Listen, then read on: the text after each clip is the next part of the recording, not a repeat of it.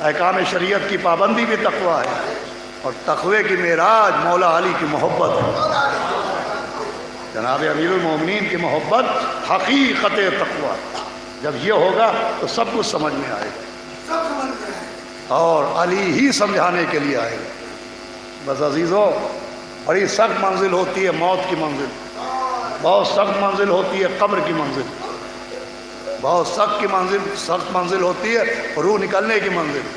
سب سے زیادہ تکلیف جو ہوتی ہے وہ تب ہوتی ہے جب روح انسانی جسم سے نکلتی ہے، اور اسے صرف مرنے والا ہی محسوس کر سکتا ہے۔ دیکھیے سائنس نے بڑی ترقی کی ہے، اور ایک سے ایک پین کلر بنا لی ہیں۔ سر میں درد ہو پین کلر ہے، سینے میں درد ہو پین کلر ہے، لیکن آپ کسی میڈیکل اسٹور پر جائیے، اس سے کہیے کوئی ایسی دوا دے دو کہ جب روح نکلے تو تکلیف نہ ہو۔ ایسی کوئی پین کلر نہیں ہے۔ ایسی پین کلر جو موت کی تکلیف کو ختم کرتی ہے وہ صرف ایک ہے، جس کا نام محبت علی ہے۔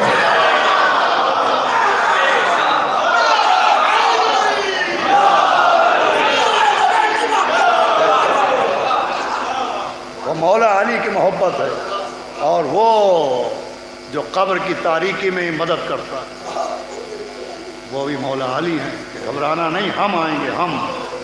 بڑی سخت منزل ہوتی ہے۔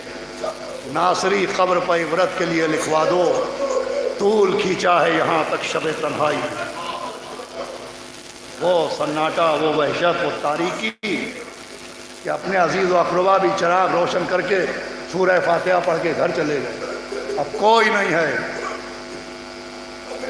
سناٹا ہی سناٹا ہے۔ کہ احمد لکھنوی صاحب کی آواز آئی کہ ڈر تھا مجھ کو قبر میں جب تک نہ آئے تھے علی، فرشتے ڈر رہے گفتگو کرتے ہیں۔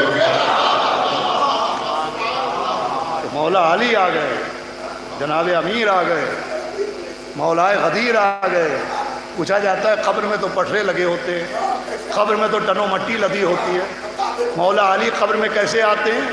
ارے 13 رجب گزر گئی، آپ نہیں سمجھ پائے کیسے آئے؟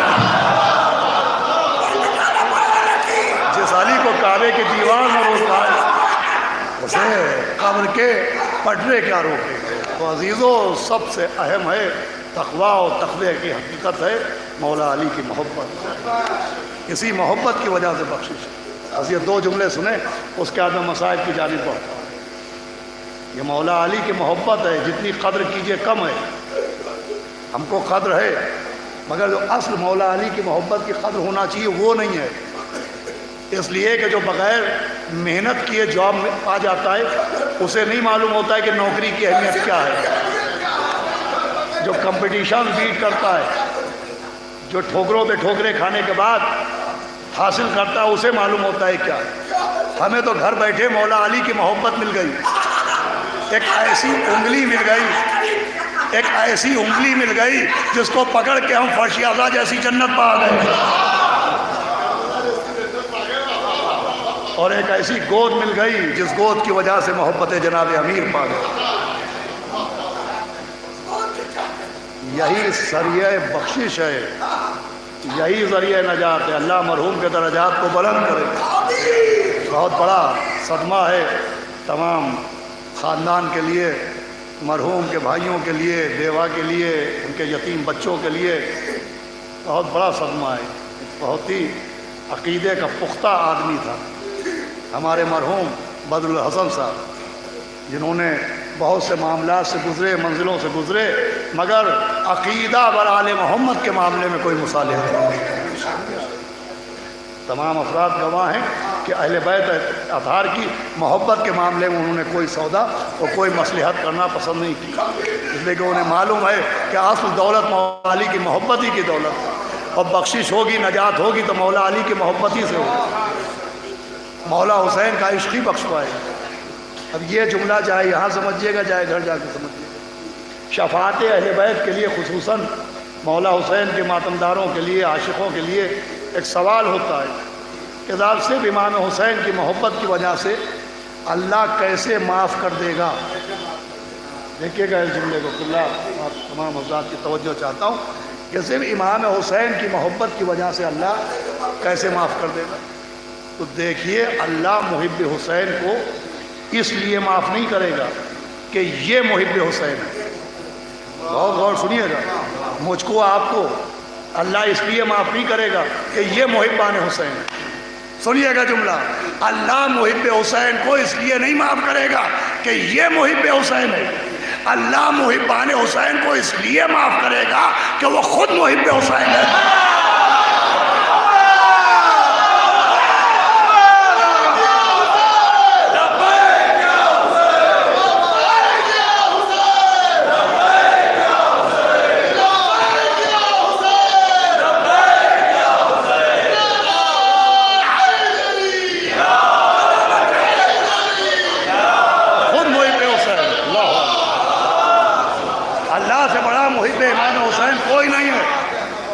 اللہ سے بڑھ کے امام حسین کا محب کوئی نہیں ہے.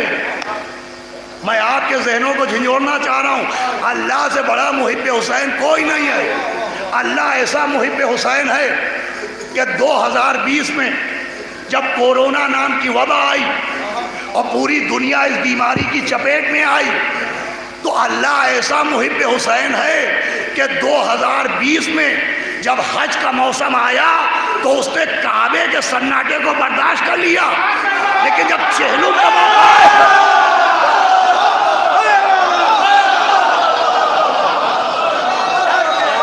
کربلا کے سناٹے کو اللہ نے برداشت نہیں.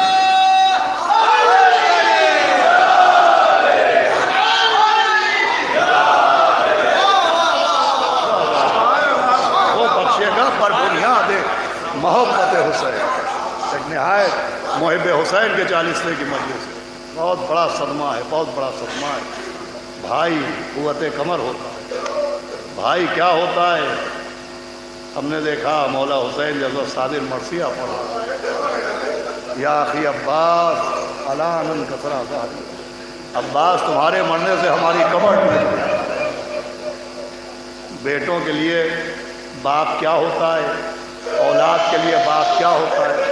ہم نے دیکھا مدینے میں ایک بیوی صبح و شام رو رہی ہے کہ بابا تمہارے بعد مجھے ٹھیک سے رونے بھی نہیں دیا جاتا.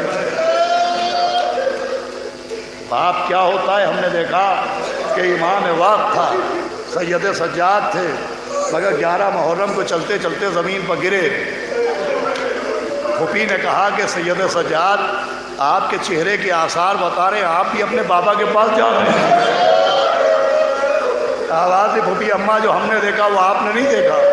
کہ میرے لال آپ کیا دیکھ رہے؟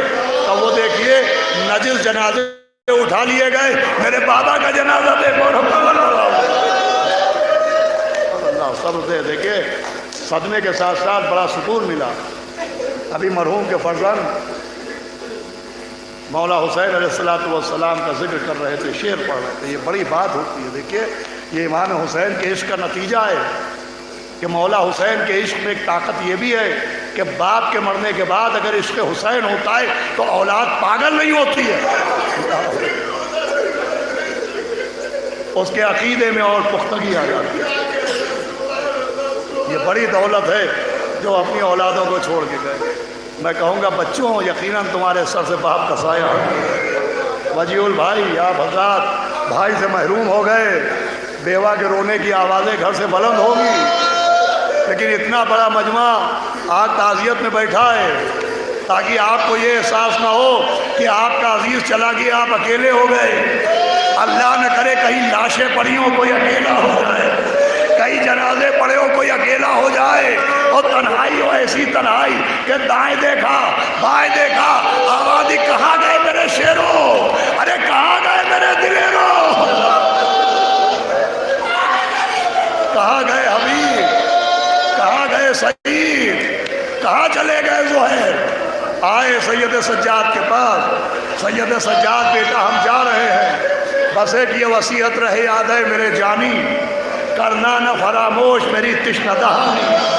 36 پہر گزرے ہیں پایا نہیں پانی, پانی دے اگر باپ میرے ظلم کے بانی. تم فاتحہ بابا کا دلا دیجیو بیٹا, اور تھوڑا سکینہ کو بھی. اللہ اکبر. وہ تنہائی